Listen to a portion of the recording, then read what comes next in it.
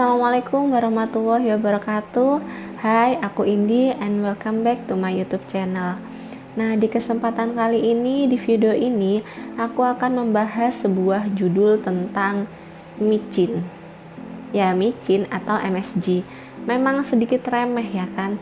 Tapi ternyata informasi dari video ini tentu akan sangat merubah mindset kita tentang micin. Jadi pastikan untuk tonton sampai habis ya. Langsung aja kita ke penjelasannya.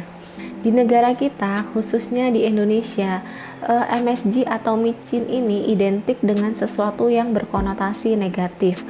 Bahkan banyak campaign-campaign di luar sana yang mengatakan jika kita mengkonsumsi MSG atau micin akan sangat berdampak buruk bagi kesehatan, misalnya darah tinggi, ataupun kanker otak, atau apapun lah efek buruk lainnya yang katanya bisa diakibatkan dari kita mengkonsumsi micin. Bahkan di sosial media pun banyak diutarakan oleh anak-anak zaman sekarang nih, misal ada seorang anak yang bodoh pasti akan dikait-kaitkan dengan micin. Itu mah bodoh karena kebanyakan makan micin. Kebanyakan seperti itu ya kan. Lalu seperti apa sih fakta yang sebenarnya tentang micin atau MSG itu? Jadi menurut FDA atau Badan Pengawas Obat dan Makanan di Amerika Serikat, MSG atau monosodium glutamat adalah garam sodium dari asam amino asam glutamat yang sudah secara alami terbentuk di dalam tubuh kita. Bukan hanya itu, MSG ini juga sudah ada secara alami di berbagai kandungan makanan. Lalu bagaimana sih sejarah ditemukannya micin atau MSG ini? Jadi ini kejadian di Jepang di tahun 1908. Seorang profesor Jepang bernama Kikunai Ikeda berhasil mengekstrak glutamat dari kaldu. Dan dia berhasil menemukan rasa yang gurih dari kaldu itu. Kalau di iklan biasanya disebutnya umami ya. Lalu Profesor Ikeda itu mematenkan sebuah produk ini dengan nama Ajinomoto. Ini nggak di-endorse ya, tapi memang faktanya seperti itu. Jadi pertama kali MSG yang diciptakan di dunia ini tuh Ajinomoto karena dipatenkan oleh seseorang yang menemukannya tadi. Jadi apa sih tujuan awal MSG ini diciptakan? Nah, jadi sesuai dengan fakta dari penelitian dalam ilmu kesehatan, garam itu sudah terbukti sangat berbahaya bagi kesehatan. Jadi orang menciptakan bagaimana sih kita bisa memakan makanan enak tapi dengan tidak mengkonsumsi garam terlalu banyak. Akhirnya diciptakanlah senyawa yang bernama MSG atau micin ini.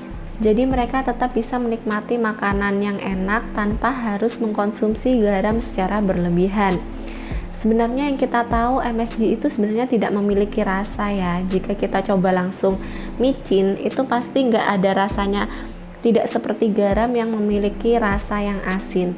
MSG itu tidak memiliki rasa. Dia sifatnya hanya menguatkan rasa dari makanan itu. Jadi ketika MSG ditambahkan, rasa dari makanan itu akan menguat. Begitulah cara kerja dari si micin ini. Lalu sejak kapan sih micin itu dinilai berkonotasi negatif dan berbahaya bagi kesehatan? Jadi kejadian ini terjadi di Amerika di tahun 1968. Seorang laki-laki yang bernama Human Wok, dia itu baru selesai makan di restoran Cina. Dia memakan makanan di sana.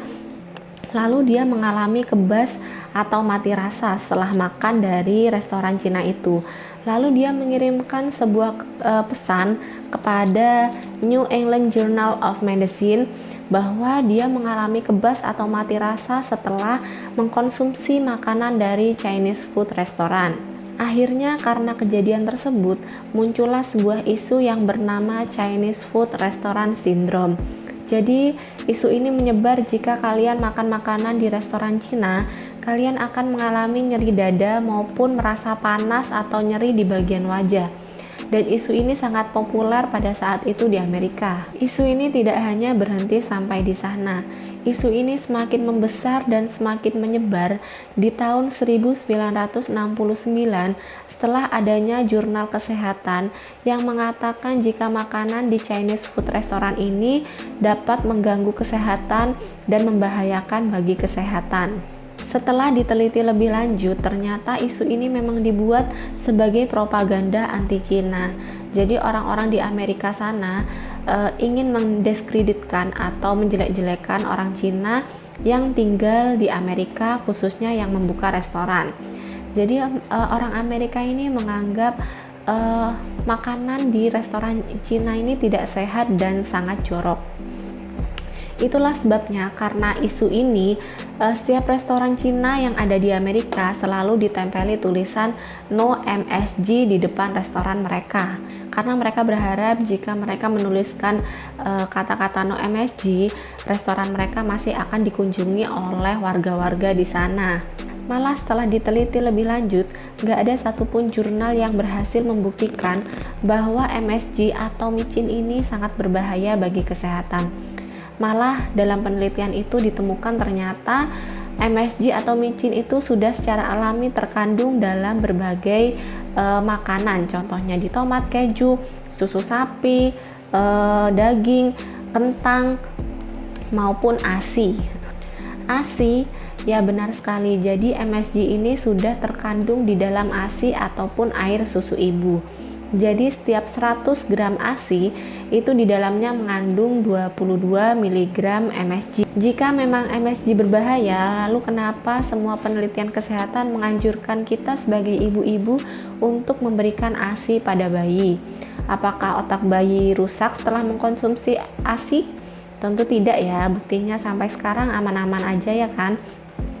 Bahkan bayi sangat menyukai ASI karena ASI itu rasanya sangat gurih. Nah, di dalam susu sapi juga terkandung MSG, namun kadarnya lebih sedikit, yaitu sekitar 2 mg dalam 100 gram susu sapi. Makanya kenapa bayi itu lebih suka ASI dibandingkan susu sapi, karena memang lebih gurih ASI dibandingkan susu sapi. Bahkan penelitian ilmiah pun mengatakan jika kita mengkonsumsi MSG dalam takaran yang banyak, misalnya 150 mg per kilogram berat badan, tidak akan menimbulkan efek apapun bagi tubuh maupun bagi otak manusia. Lalu berapa sih jumlah takaran MSG yang diperbolehkan untuk kita konsumsi? Tidak ada, jawabannya tidak ada. Karena memang tidak ada maksimal pemberian dalam takaran MSG ini. Jadi sebenarnya MSG itu bersifat bebas ya, mau kasih berapa aja bebas. Tapi kembali lagi ke sifat MSG tadi. MSG ini jika ditambahkan terlalu banyak pada makanan, rasanya itu akan pahit. Jadi makanya kita kan masak micinnya pakai feeling aja, nggak ada takarannya, kita harus pakai berapa miligram, kita harus pakai berapa sendok takar, itu nggak ada. Dan memang nggak ada penelitian yang melarang itu.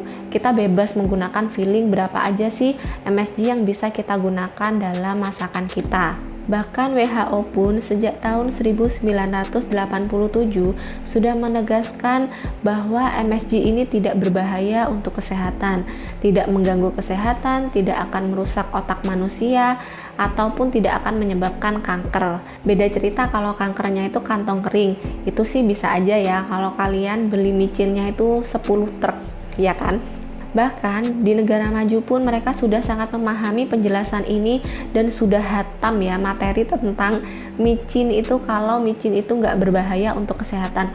Malah mereka menggunakan micin di setiap masakan mereka, apalagi Cina dan Jepang. Cina dan Jepang itu termasuk negara yang konsumsi MSG-nya cukup tinggi ya. Mereka akan selalu memakai MSG di setiap masakan mereka. Tapi seperti yang kita tahu, orang Cina dan Jepang memiliki tingkat kesehatan yang tinggi, bahkan termasuk salah satu negara yang memiliki lansia paling sehat, ya kan? Sedangkan di negara kita, Indonesia Raya tercinta ini, kalian masih ngeributin masalah MSG dan micin, yang katanya tolol karena MSG lah, yang katanya nggak pinter karena micin lah. Jadi pembahasan ini semoga bisa merubah mindset kita semua ya. Dan semoga pembahasan ini juga bisa merubah pandangan kalian terhadap micin. Jadi nggak ada korelasinya ya antara micin dan ketololan ataupun micin dan kebodohan, itu nggak ada. Jadi misalnya bodoh pun mungkin karena dia kurang belajar pastinya. Kalau kalian rajin belajar meskipun makan micin, itu pasti kalian tetap pintar tentunya. Jadi misal nih kita membawa bayi kita makan di restoran bersama keluarga besar, nggak perlu tuh bayi dibawain makanan sendiri dari rumah, kasihan ya kan. Jadi makan aja apa yang ada di restoran itu. MSG itu nggak berbahaya kok, jangan takut aduh restorannya itu makanannya nanti banyak MSG-nya, aduh itu nanti restorannya banyak micinnya. Nggak perlu khawatir seperti itu ya bunda. Jadi bayi yang masih MPASI pun diperbolehkan memakan makanan yang mengandung MSG. Nah, sekian pembahasan kali ini, semoga ilmunya ini bisa bermanfaat untuk kalian. Jangan lupa ya untuk share video ini sebanyak-banyaknya agar semakin banyak orang yang teredukasi untuk tidak berkonotasi negatif tentang micin. Dan jangan lupa juga untuk subscribe channel ini dan aktifkan lonceng notifikasinya biar kalian tahu kalau aku upload video baru. Terima kasih banyak sudah menonton video ini. See you on my next video. Wassalamualaikum warahmatullahi wabarakatuh.